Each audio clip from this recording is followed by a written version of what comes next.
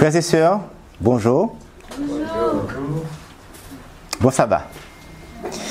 Dans le nom de notre Seigneur et Sauveur Jésus-Christ, que la grâce et la paix de Dieu soient avec chacun de vous. Nous saluons nos visiteurs, nos visiteuses. De façon spéciale, nous remercions notre frère Annuel et famille qui nous visitent. Mais ce n'est pas du tout une simple visite. Pas vrai, frère Annuel? Frère Annuel, c'est vraiment un frère. C'est quelqu'un qui est là pour notre famille, pour notre maison, pour l'église. Frère Annuel, est-ce que tu peux venir nous réparer quelque chose?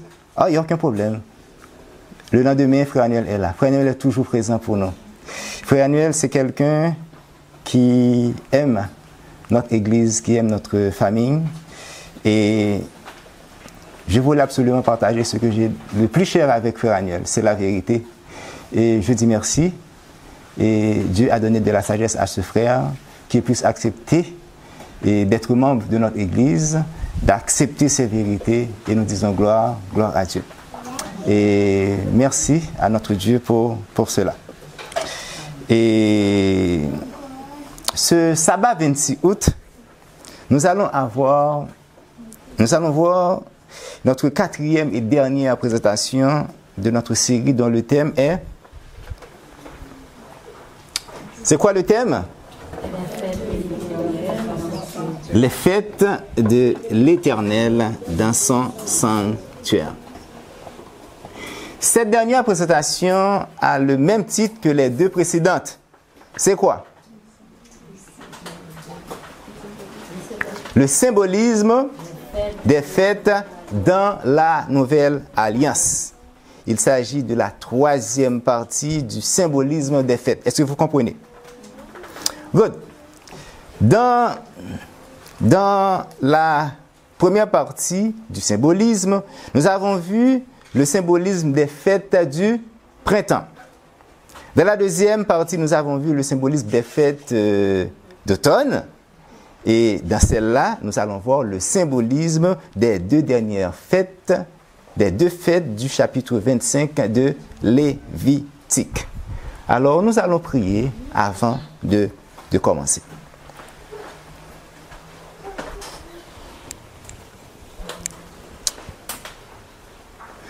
Père du Père Céleste, nous bénissons ton nom et le nom de ton Fils Jésus-Christ qui donne accès auprès de toi. Que ton nom soit sanctifié, que ton règne vienne, que ta volonté soit faite sur la terre comme dans les cieux, et que ta volonté soit faite surtout dans cette église, dans la vie de chaque personne ici présente. Maintenant, nous nous apprêtons à partager avec l'église la vérité qui se trouve dans les Saintes Écritures, dans ta parole, Seigneur.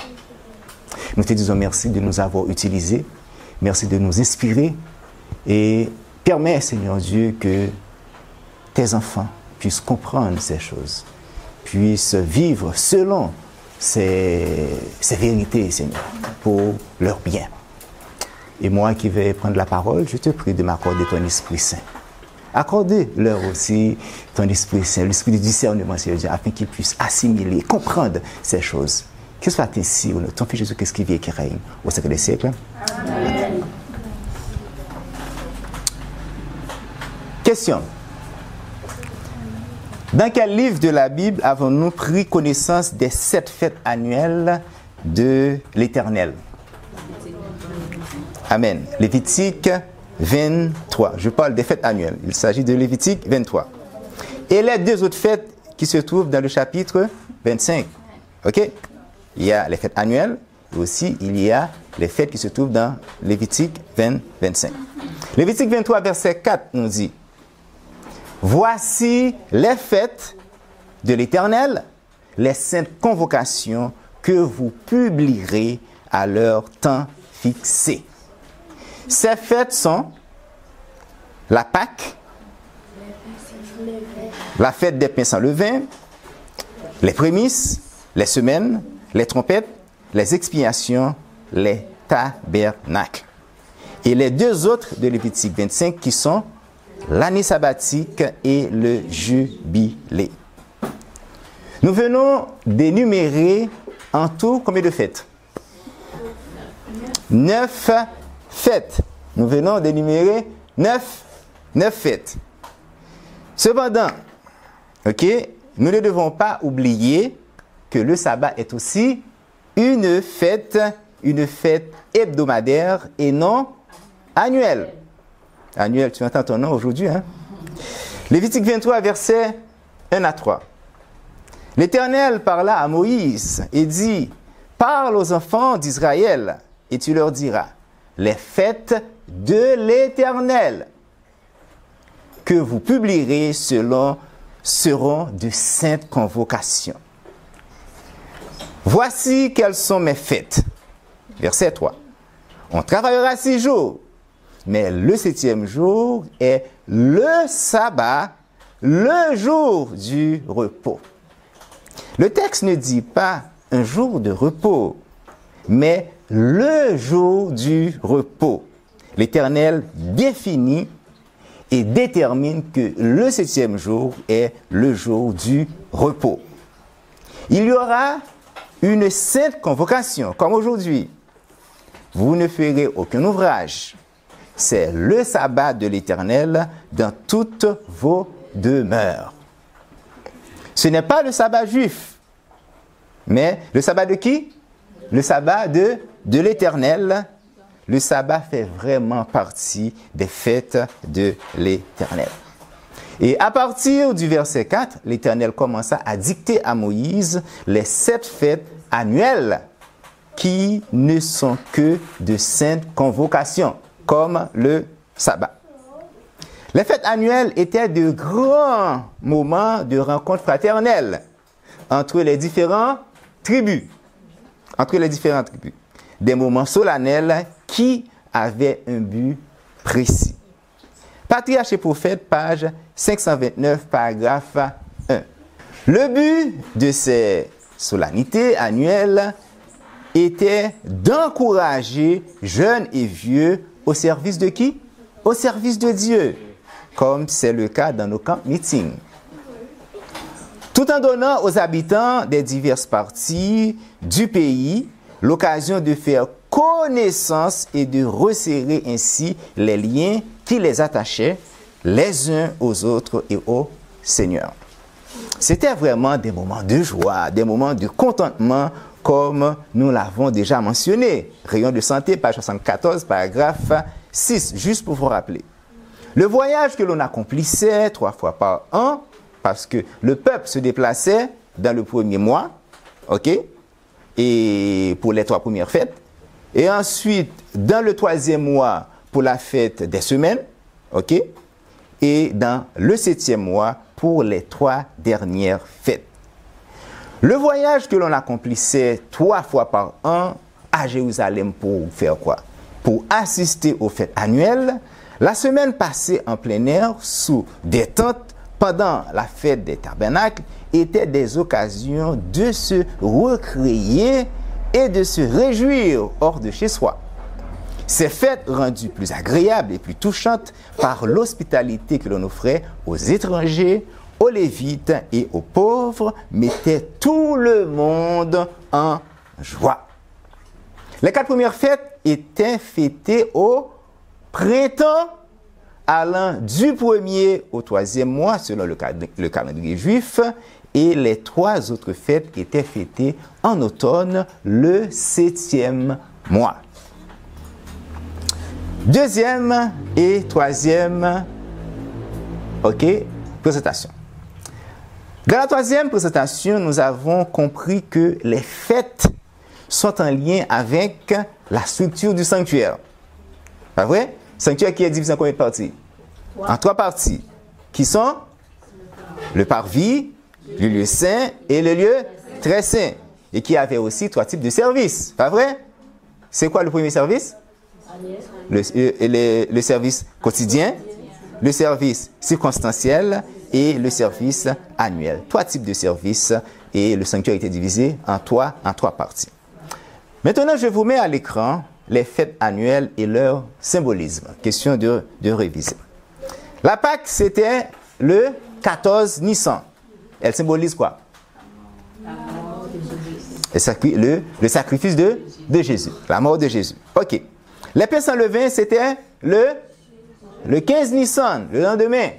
Elle symbolise quoi? Le corps de Jésus sans péché dans le tombeau. Tout en sachant que le pain représente Jésus-Christ. Ok? Jésus-Christ, je suis le pain de vie. Il l'avait dit. Et le levain, le péché. Les prémices, c'était dimanche, le premier jour de la semaine après les fêtes des pains sans levain. Elle symbolise quoi? La résurrection de Jésus-Christ. Les semaines, la fête des semaines. C'était combien de semaines? C'était 7 semaines au complet, ok? Qui veut dire 7 semaines de 7 jours. Après la fête des prémices, elle symbolise quoi? Elle symbolise la Pentecôte. Les trompettes qui étaient fêtées le premier jour du 7e mois, elles symbolisent quoi? Le mouvement Mélérite, le mouvement Advent. Les expiations. La fête d'expiation, c'était le 10e jour du 7e mois. Elle symbolise la purification du vrai sanctuaire, du sanctuaire céleste et du peuple saint. Les tabernacles, c'était le 15e jour du 7e mois. Elle symbolise le retour du Christ qui vient pour nous amener, pour nous amener avec lui dans les tentes célestes. Maintenant, nous allons voir le symbolisme des deux fêtes qui se trouvent dans le chapitre 25 de Lévitique. Leur signification dans la Nouvelle Alliance. L'année sabbatique, son symbole. L'année sabbatique, mes frères et sœurs, était une année complète pour la terre en Israël. Donc, les Hébreux n'avaient pas le droit de travailler la terre pendant combien de temps? Pendant 1 an. C'est-à-dire, ils ne devaient ni semer, ni vendanger. Pendant 6 années consécutives, ils pouvaient travailler la terre, mais la 7e année était un sabbat, le sabbat de toutes les terres où se trouvaient les Hébreux. Dans quel pays? Dans le pays de Canaan, dans le pays de Canaan. Lévitique 25, versets 5 à 7. Tu ne moissonneras point ce qui proviendra des grains tombés de ta moisson. Et tu ne vendangeras point les raisins de ta vigne non taillée. Ce sera une année de repos pour la terre. Ce que produira la terre pendant son sabbat vous servira de nourriture à toi, à ton serviteur et à ta servante, à ton mercenaire et à l'étranger qui demeure avec toi. À ton bétail et aux animaux qui sont dans ton pays, tout son produit servira de nourriture. Donc, cette année sabbatique n'empêchait pas aux enfants d'Israël de bien se nourrir, puisqu'ils ne devaient ni manger, ni devaient ni semer, ni moissonner, ni vendanger. Nous pouvons comprendre que c'est l'Éternel lui-même qui nourrissait ses enfants pendant cette année sabbatique. Question. C'est quoi le symbole de l'année sabbatique dans la Nouvelle Alliance? Que symbolise-t-elle pour nous qui sommes chrétiens? Eh bien, l'année sabbatique de l'Ancienne Alliance symbolise le repos que la terre aura après 6000 ans de péché, mes frères et sœurs. C'est par rapport à cette année-là que les Juifs et nous, les Adventistes du 7e jour, nous savons que nous nous approchons réellement de la fin des temps. C'est une preuve évidente que nous vivons vraiment dans les derniers moments de la terre. Après 6000 ans, il n'y aura aucun humain sur cette planète pour travailler le sol. La venue du Christ aura exterminé complètement tous les injustes. Privé de sa puissance, Satan va pouvoir constater la grande scène chaotique de son œuvre de révolte et de rébellion. La tragédie des siècles, page 716, paragraphe 4. Pendant 1000 ans, parcourant la terre en tous sens, Satan pourra y constater les conséquences de sa révolte contre la loi de Dieu. Durant ce temps, sa souffrance est cuisante, c'est-à-dire une souffrance douloureuse et pénible. Durant la chute, son activité dévorante ne lui a jamais laissé le loisir de la réflexion. Il est tellement occupé à nous faire du mal. Maintenant, privé de sa puissance, il peut envisager le rôle qu'il a joué depuis le début de sa rébellion contre le gouvernement du ciel et attendre avec effroi, et avec frayeur, le jour où il devra souffrir pour tout le mal dont il est l'auteur. Ça sera un millénaire de réflexion pour Satan, mais un millénaire de repos, de sabbat pour la terre entière. Pour nous, c'est beaucoup de temps, pas vrai? Mais pour l'Éternel, ce n'est rien, c'est comme un jour. 1000 ans, c'est comme un jour. Psaume 90, verset 4. Car 1000 ans sont à tes yeux comme le jour d'hier, quand il n'est plus, et comme une veille de la nuit. 1000 ans, c'est comme une journée pour l'Éternel, notre Dieu. Mais concrètement, 1000 ans, c'est 1000 ans, une journée, c'est une journée. Eh bien, les saints seront au ciel pendant tout ce temps-là. Et Satan et les anges déchus ne trouveront personne à séduire. Ils seront seuls sur cette terre avec des milliards et milliards de cadavres exposés en leur présence. Des cadavres qui ne seront pas enterrés. Que feront les enfants de Dieu pendant les 1000 ans dans le ciel? Vous voulez savoir, mes frères et sœurs? Eh bien, ils régneront avec l'Éternel et jugeront Satan, les démons et les injustes. 1 Corinthiens 6, verset 2 nous dit: ne savez-vous pas que les saints jugeront le monde? Apocalypse 20, verset 4. Et je vis des trônes et à ceux qui s'y assirent fut donné quoi? Le pouvoir de juger. Et je vis les âmes de ceux qui avaient été décapités à cause du témoignage de Jésus et à cause de la parole de Dieu et de ceux qui n'avaient pas adoré la bête ni son image et qui n'avaient pas reçu la marque sur leur front ou sur leurs mains. Ils revinrent à la vie et ils régnèrent avec Christ pendant 1000 ans. La terre trouvera enfin son repos après 6000 ans de péché, mes frères et sœurs. Il n'y aura aucun homme, aucune femme, aucun enfant pour déraciner même un seul mauvais herbe. Le millénium, mes frères et sœurs, c'est exactement le symbolisme de l'année sabbatique dans la Nouvelle Alliance. Faisons une lecture sans commentaire de notre 26e point de doctrine. À noter que nous parlons des points de doctrine de l'adventisme historique et non de l'adventisme nominal et moderne. Notre 26e point de doctrine a pour titre le millénium. Lisons. Que ces êtres rendus immortels sont ensuite amenés au ciel.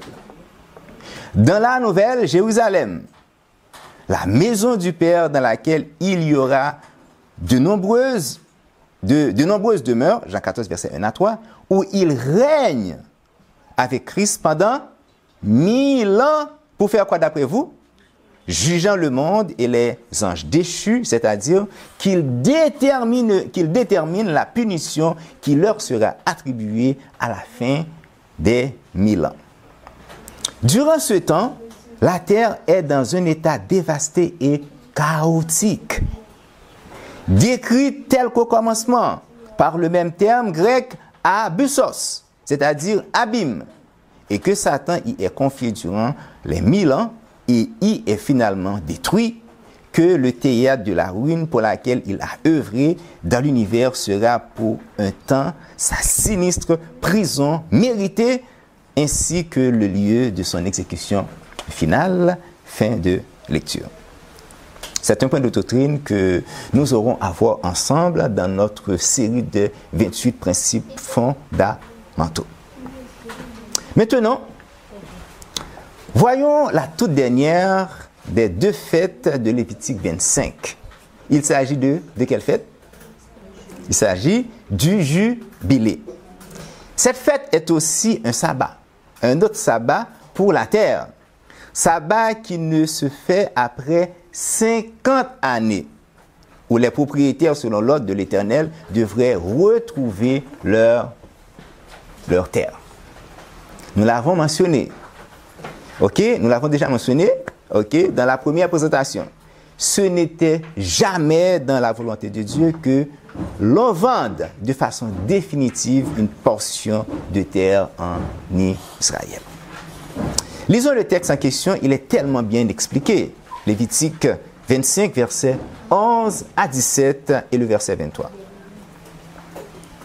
La 50e année sera pour vous le jubilé. Vous ne sèmerez point, vous ne moissonnerez point, ce que les champs produiront d'eux-mêmes, et vous ne vendangerez point la vigne non taillée. Mais c'est quoi la raison? Verset 12. Car c'est le jubilé, vous le regarderez comme une chose sainte, vous mangerez le produit de vos champs. Dans cette année de jubilé, chacun de vous retournera dans sa propriété. Fini l'esclavage, fini aussi la location ou le fermage de terre de tout terrain. Verset 14. Si vous vendez à votre prochain ou si vous achetez de votre prochain, qu'aucun de vous ne trompe son frère. Aucun de vous ne trompera son prochain. Et tu craindras ton Dieu, car je suis l'Éternel, votre Dieu. Les terres ne se venderont point à perpétuité. Pour quelle raison? Car le pays est à moi, car vous êtes chez moi, comme étrangers et comme habitants. Toutes les terres de Canaan appartiennent à qui? À l'Éternel. On pouvait faire une ferme de 49 ans, mais la 50e année, cette terre revenait à son propriétaire ou aux héritiers si le propriétaire est décédé. Maintenant, posons-nous notre question habituelle. Que symbolise concrètement le jubilé de l'ancienne alliance dans la nouvelle alliance? Quel sens a cette fête dans la religion chrétienne? Comme nous le savons tous, notre demeure définitive n'est pas au ciel, n'est-ce pas? Donc, amen. C'est tellement vrai que nous n'aurons pas à construire des maisons au ciel. Nous aurons à construire nos maisons sur la terre. Et bien après le millénium dans le ciel, nous les saints, nous retournerons sur la terre dans notre demeure définitive qui sera une nouvelle terre, de l'expression la nouvelle terre. La terre restaurée avec la nouvelle Jérusalem. Après la destruction finale de Satan, des démons, de ses acolytes et de tous les méchants, après que la terre soit purifiée, notre terre qui nous a été volée pendant 6000 ans d'histoire nous sera enfin restituée. Pourquoi? Parce qu'elle n'appartenait pas à Satan. Celui-ci n'était pas le propriétaire légitime. La terre nous reviendra en main propre. Elle nous sera définitivement rendue et nous serons avec Jésus-Christ pour l'éternité. Nous vivrons alors comme les autres mondes qui n'ont jamais connu de péché. La tragédie des siècles, page 752, paragraphe 1. Lisons. Puis je vis un nouveau ciel et une nouvelle terre, car le premier ciel et la première terre avaient disparu. Ça c'est Apocalypse 22, verset 1er. Les flammes qui ont consumé les méchants ont purifié la terre, toute trace de malédiction s'est évanouie. Aucun enfer éternel embrasé ne rappellera aux élus les terribles conséquences du péché. Ça, c'est l'enseignement de l'Église catholique, enfer éternel. Que symbolise la fête du jubilé de la nouvelle alliance? Elle symbolise quoi? La fin du grand conflit entre la puissance de la lumière et celle des ténèbres. Frères et sœurs et amis, l'histoire de la rédemption nous est révélée dans les 7 fêtes annuelles de Lévitique 23 et les 2 fêtes qui se trouvent dans le chapitre 25 du même livre. Toutes ces fêtes appartenaient à qui? À l'Éternel. Les Hébreux devaient les fêter convenablement en leur temps fixé. Sinon, elles n'auraient aucun sens pour nous, les chrétiens, qui se trouvent dans la nouvelle alliance. Lévitique 23, versets 1, 2 et 4. L'Éternel parle à Moïse et dit, « Parle aux enfants d'Israël et tu leur diras, les fêtes de l'Éternel que vous publierez seront de saintes convocations. Voici quelles sont mes fêtes. » Verset 4. « Voici les fêtes de l'Éternel, les saintes convocations que vous publierez à leur temps fixé. » Les Israélites devaient respecter les temps de ces fêtes. Toutes ces fêtes devaient être fêtées dans la dispensation hébraïque en lien avec le sanctuaire terrestre jusqu'à l'arrivée du Messie qui n'est autre que Jésus-Christ, le Fils engendré de Dieu. Le sanctuaire terrestre était une école de formation pour les enfants d'Israël, le peuple de Dieu.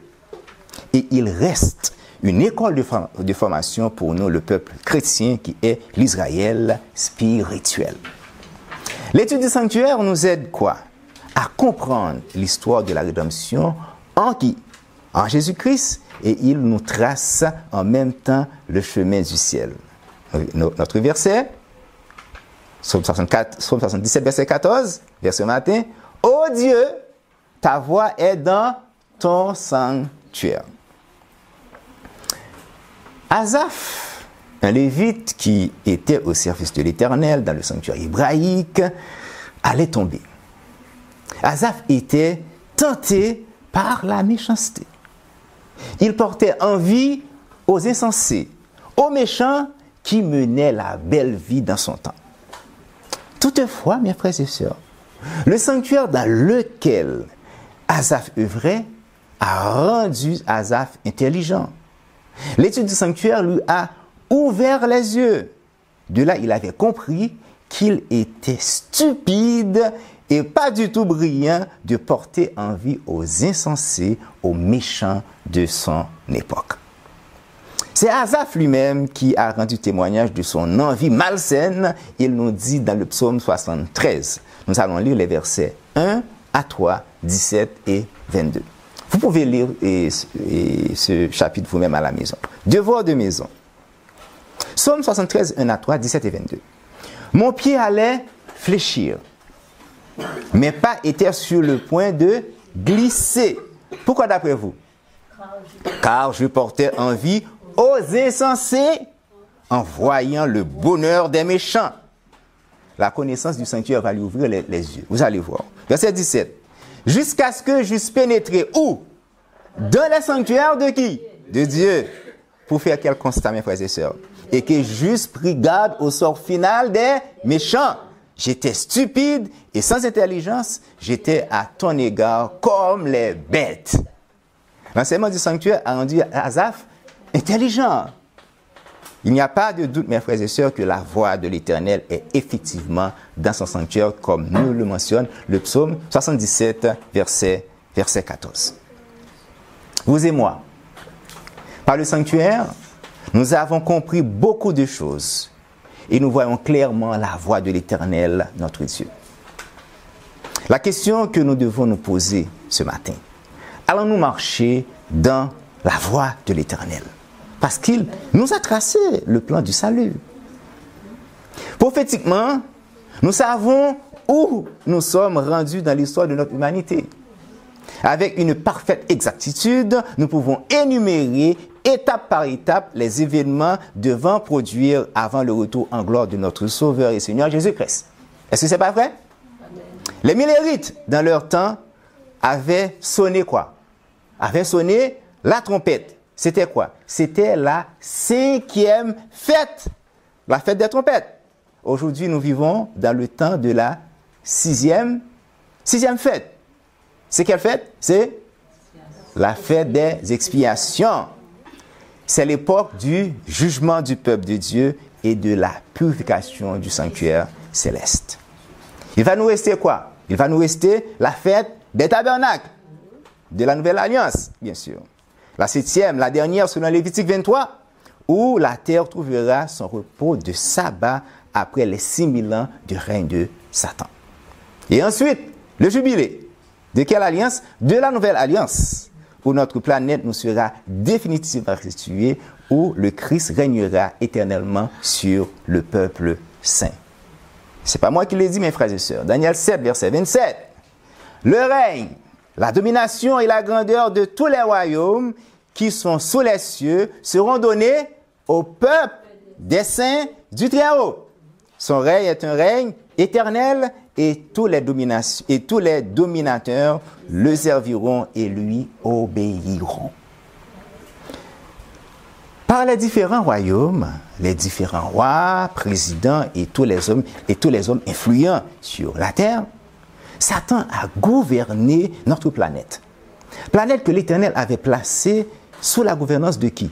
De nos premiers parents. Cependant, nous nous approchons de la destruction de son règne, de la destruction du règne de Satan, où Jésus viendra lui-même sauver les justes, les saints, les intelligents et établir son royaume, le royaume de gloire. Daniel 2, verset 44. Dans le temps de ces rois, le Dieu des cieux suscitera un royaume qui ne sera jamais détruit. Amen. Et qui ne passera point sous la domination de notre peuple. Amen. Il fera quoi? Eh bien, il brisera et anéantira tous ces royaumes-là et lui-même subsistera éternellement. Allons-nous faire comme Asaph, mes frères et sœurs, c'est-à-dire nous écarter de la stupidité en utilisant la connaissance du sanctuaire pour nous réveiller et nous réformer? Amen. Frères et sœurs, il est important de savoir que la réforme vient de la connaissance de la vérité. Vérité qui va causer le réveil en qui? En nous.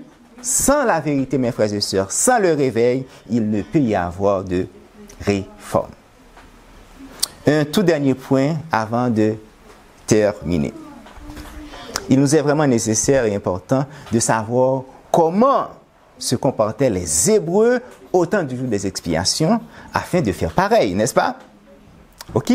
Pourquoi? Parce que nous vivons dans l'époque des expiations. Est-ce que ce n'est pas vrai? Nous l'avons vu. Lévitique 23, versets 26 et 27. L'Éternel parla à Moïse et dit, « Le 10e jour de ce 7e mois, ce sera le jour des expiations. Vous aurez une sainte convocation. Vous humilierez vos âmes et vous offrirez à l'Éternel des sacrifices consumés par le feu. » C'est qui devait offrir ces sacrifices? C'est le peuple. La première venue de Jésus-Christ pour son ministère terrestre est la plus grande preuve de son humilité. Jésus-Christ s'est humilié. Il était roi dans le ciel. Il est le Fils de Dieu. Et il a quitté son trône pour venir sur cette terre. Humilier notre âme pendant l'œuvre de l'expiation finale, c'est reconnaître notre état et notre incapacité de nous justifier.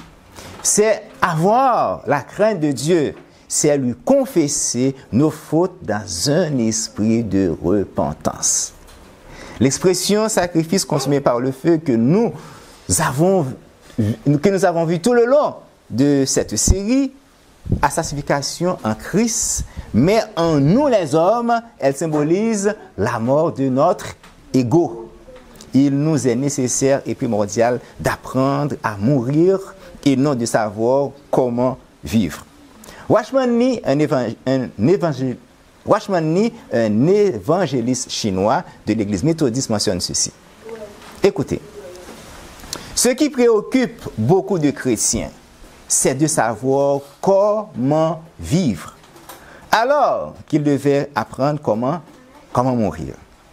Et la question ici, non de la mort qui nous fait descendre dans une tombe, mais de la mort à nous-mêmes, de la mort à la vie charnelle, qui est effectivement la plus difficile de toutes. C'est le plus grand combat qui ait jamais été livré. C'est un combat à recommencer tous les jours.